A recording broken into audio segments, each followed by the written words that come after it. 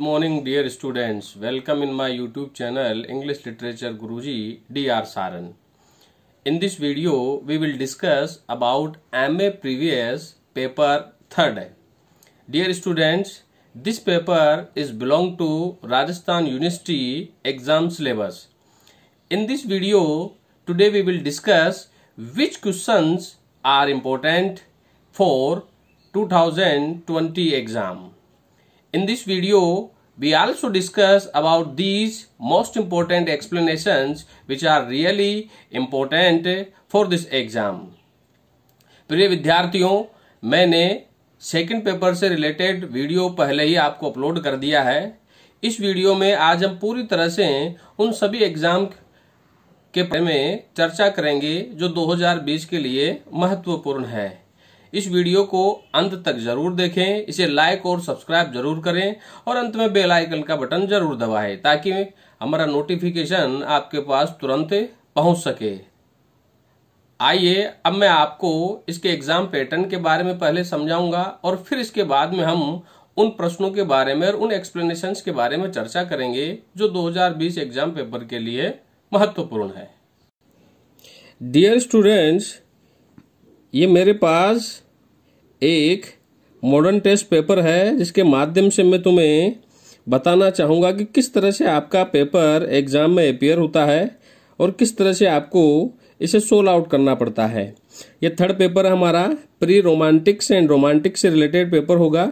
100 number का paper है ये, जिसमें पहला जो हमारा प्रश्न रहेगा वो रेफरेंस और कॉन्टेक्स्ट से संबंधित रहेगा। डियर स्टूडेंट, इसमें 8 एक्सप्लेनेशन रहती है और ये एक्सप्लेनेशन हमारे पेपर से संबंधित सिलेबस से ही रिलेटेड रहती है, जिसमें पोइट्री से रिलेटेड और ड्रामा से रिलेटेड एक्सप्लेनेशंस पूछी जाती है। पहला क्वेश्चन ये एक्सप्लेनेशन से संबंधित रहेगा। इसमें से आपको कोई सी भी 4 एक्सप्लेनेशन करनी होती है। हर एक्सप्लेनेशन का 5 अंक निर्धारित रहता है। इस तरह से हमारा पहला जो प्रश्न बनेगा वो 20 नंबर का बनेगा। इसके बाद हम चलते हैं अब सेक्शन ए पे। डियर स्टूडेंट्स, पेपर 3rd में सेक्शन ए, सेक्शन बी और सेक्शन सी में से ये लॉन्ग टाइप के क्वेश्चन पूछे जाते हैं। इसमें छोटे क्वेश्चन नहीं आते हैं। इन लॉन्ग टाइप के क्वेश्चन में ये अथवा में प्रश्न दिए हुए रहते हैं। जैसा कि देख रहे हो आप, सेक्शन ए में 3 प्रश्न है। इनमें से आप अपनी चॉइस का कोई सा भी एक प्रश्न कर सकते हैं। सेक्शन बी में भी 3 प्रश्न है। इनमें से आप अपनी चॉइस का कोई सा भी एक प्रश्न कर सकते हैं। और सेक्शन सी में भी 3 प्रश्न है।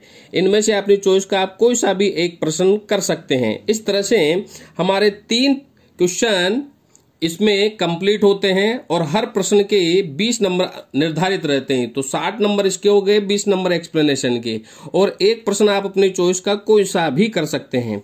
इस तरह से ये हमारा एग्जाम का पैटर्न बनता है और इस तरह से आपका ये पेपर पूछा जाएगा और आपको आपके दिए हुए सिलेबस में से हर किसी में से ये प्रश्न पूछे जाते हैं। इस तरह से हमारा पेपर पैटर्न बनता है। अब हम चलते हैं इसके महत्वपूर्ण प्रश्नों को लेकर के कि 2020 एग्जाम पेपर के लिए लॉन्ग क्वेश्चन कौन से महत्वपूर्ण और एक्सप्लेनेशन कौन से महत्वपूर्ण है। इनमें से छोटे प्रश्न नहीं पूछे जाते। जिस तरह से बीए के एग्जाम में पूछे जाते हैं, एमए के पेपर में केवल एक्सप्लेनेशन और लॉन्ग टाइप क्वेश्चन ही पूछे जाते हैं। इनमें बड़े छोटे प्रश्न नहीं पूछे जाते हैं। डियर स्टूडेंट्स, अब हम डिस्कस करते हैं इसके महत्वपूर्ण प्रश्नों को लेकर के। University of Rajasthan MA previous examination English literature paper 3rd है। ये प्री रोमांटिक्स एंड रोमांटिक से रिलेटेड है, जिसमें अपन सेक्शन ए के बारे में डिस्कस करेंगे। सेक्शन ए में हमारे 3 राइटर हैं, जिसमें पहला राइटर है थॉमस ग्रे, फिर है विलियम कॉलिंस और शेरेडियन से रिलेटेड द राइवल्स है। इसमें विलियम कॉलिंस के हमारे सिलेबस में 2 पोएम है, ode to simplicity, ode to evening. और थॉमस ग्रे से रिलेटेड 3 पोएम हमारे, ode on the distant prospect of Eton College, ode on the death of favourite cat, elegy written in a country churchyard. अब हम इसमें पहला प्रश्न लेते हैं जो थॉमस ग्रे की पोएम से रिलेटेड है। Evaluate Thomas Gray as an elegy poet. Dear student, थॉमस ग्रे एक एलेजी पोइट के रूप में जाना जाता है, जिसकी 3 महत्वपूर्ण फेमस रचनाएं हैं जो 1750 में पब्लिश हुई थी। जिसमें ode on distant prospect of Eton College है, ode on the death of a favourite cat है, और elegy written in a country churchyard है। तो इन तीनों पोएम का ही समरी आपको इस प्रश्न में देनी है, जिसका डिस्क्रिप्शन लिखते समय आप पहले राइटर का इंट्रोडक्शन लिखेंगे, फिर पोएम्स के बारे में, फिर इन पोएम की समरी के बारे में, और फिर इनके बारे में लिखना है कि इसमें एलिजी क्या है। अगला प्रश्न है, write a critical appreciation about the poem ode on the death of a favourite cat and elegy written in a country churchyard. Dear student, ये प्रश्न सबसे महत्वपूर्ण है। इसमें आपको क्रिटिकल एप्रिसिएशन लिखना है, ode on the death of a favourite cat और elegy written in a country churchyard. अगर आपने पोएम पढ़ी है तो यह एक सटायर पोएम है, ode on the death of a favourite cat, जिसमें वोल्पोल की एक बिल्ली है सेलिमा, जो तैरती हुई मछलियों को एक्वेरियम में देख करके उन्हें पकड़ने की कोशिश करती है, और उन्हें पकड़ने के चक्कर में वह उस एक्वेरियम में गिर जाती है और मर जाती है। तो इस कविता में यह बताया गया है कि औरतें किस तरह से आभूषणों के पीछे पड़ती है, और इस तरह से आभूषणों के पीछे पड़ के वो अपनी सम्मान और इज्जत खो देती है, जैसे कि वो बिल्ली सेलिमा ने खोया। तो उसकी मृत्यु पर यह कविता लिखी गई है। फिर है elegy written in a country churchyard, जिसमें उन किसानों के दुख दर्द को बताया गया जो कठोर मेहनत करते हैं, लेकिन फिर भी उन्हें अनजान जगह पर दफना दिया जाता है। उनको लेकर के कवि यहाँ पर एलिजी व्यक्त करता है। बहुत अच्छी कविताएं दोनों की दोनों, और आपको ये बहुत ही सरल है, आप इन्हें अच्छी तरह से लर्न कर भी सकते हैं। जब भी आप इन पोएम का आंसर दें, आप इन्हें बिना पॉइंटों के न लिखें, जिसमें पोएम का इंट्रोडक्शन, पोइट का इंट्रोडक्शन, थीम, समरी के साथ साथ आप इनकी एलिजी थॉट के बारे में भी जरूर लिखें। अब है question number 3, write a critical appreciation about the poem ode to simplicity and ode to evening. Dear student, ये दोनों की दोनों पोएम विलियम कॉलिंस के द्वारा लिखी गई है, और ये दोनों की दोनों पोएम 1747 में पब्लिश हुई है, जिसमें ओड टू सिंप्लिसिटी में 9 स्टंजा है और हर स्टंजा में 6 लाइन है। और ये कविता जिसमें सिंप्लिसिटी के बारे में बताया गया है कि how a man can acquire a simplicity. Through this poem the poet try to teach us what kind of life a person should lead and simplicity is necessary for a person, कि simplicity कैसे जरूरी है।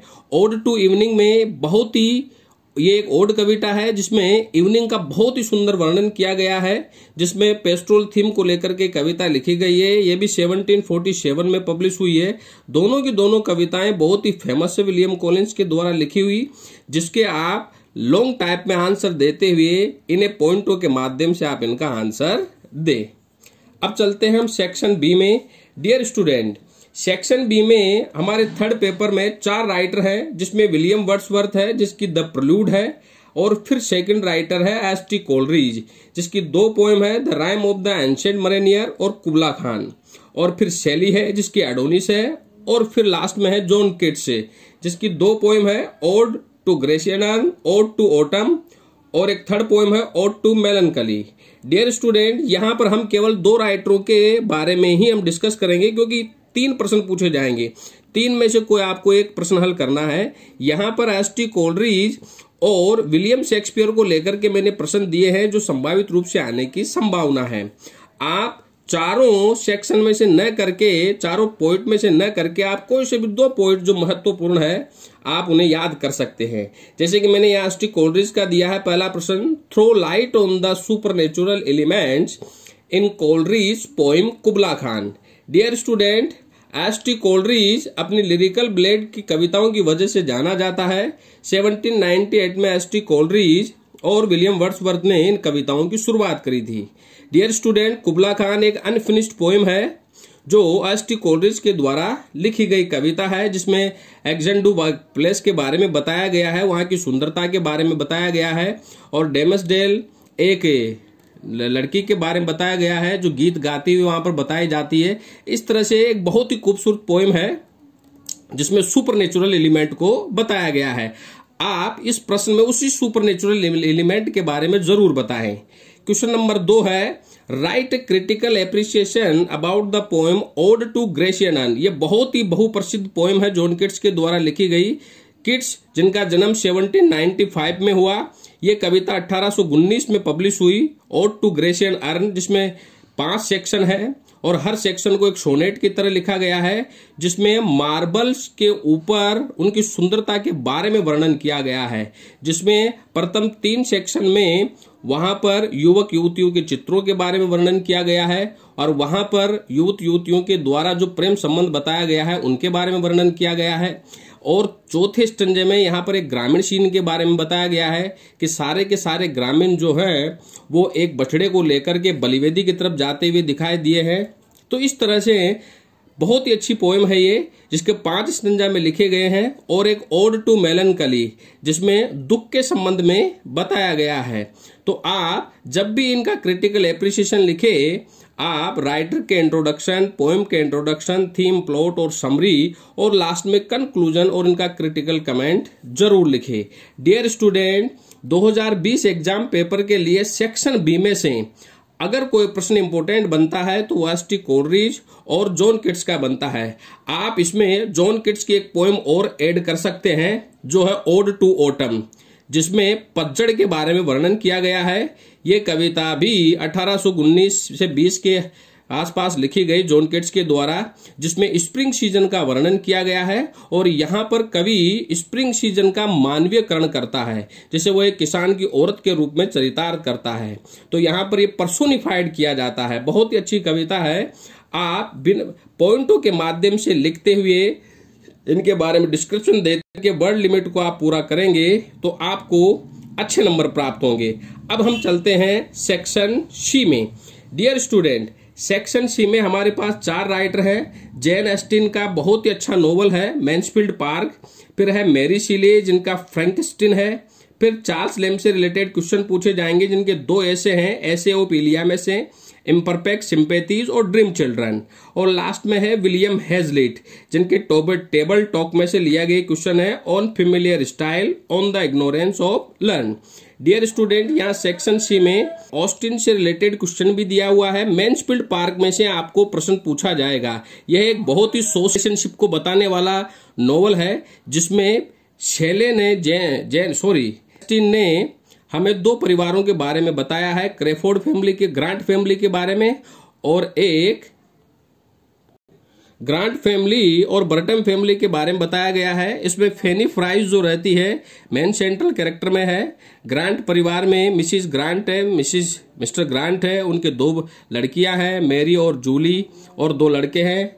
Edmund है जिसमें जो फेनी से को बहुत चाहता है, फेनी भी एडमंड को बहुत चाहती है, और एक टॉम है इसमें। तो इस तरह से 2 परिवारों की कहानियां हैं। इस पूरे के पूरे उपन्यास में बताने की कोशिश की गई है कि लव रिलेशनशिप क्या होता है, किस तरह से लव रिलेशनशिप आगे बढ़ता है और किस तरह से हमारे रिलेशनशिप हमें एक मैच्योर पर्सन बनाती है। इसका बहुत ही महत्वपूर्ण प्रश्न है, what is Austen's idea of an ideal marriage. Austin के विचारों को बताइएगा आदर्श शादी के बारे में है, क्योंकि इसमें 3-4 शादियों के बारे में वर्णन किया गया है, जिसमें मिस्टर ग्रांट और मिसिस ग्रांट की शादी भी सबसे महत्वपूर्ण है और मिसिस ग्रांट की बहनों की शादी के बारे में भी वर्णन किया गया है।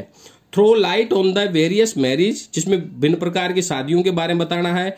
क्रेफोर्ड, हेनरी क्रेफोर्ड की शादी किस तरह से ग्रांट परिवार की लड़कियों की तरफ होती है, किस तरह से ग्रांट परिवार की लड़कियां हेनरी क्रेफोर्ड की तरफ डाइवर्ट होती है।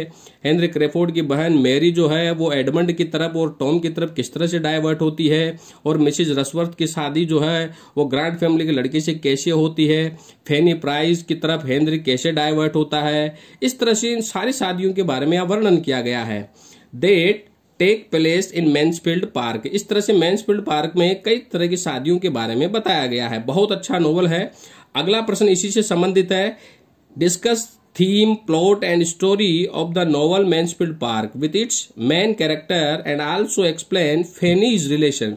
जरा ध्यान दीजिएगा, इसमें फेनी के कैरेक्टर के बारे में और बर्टम सिस्टर्स के बारे में पूछा गया है। बहुत ही अच्छा प्रश्न है।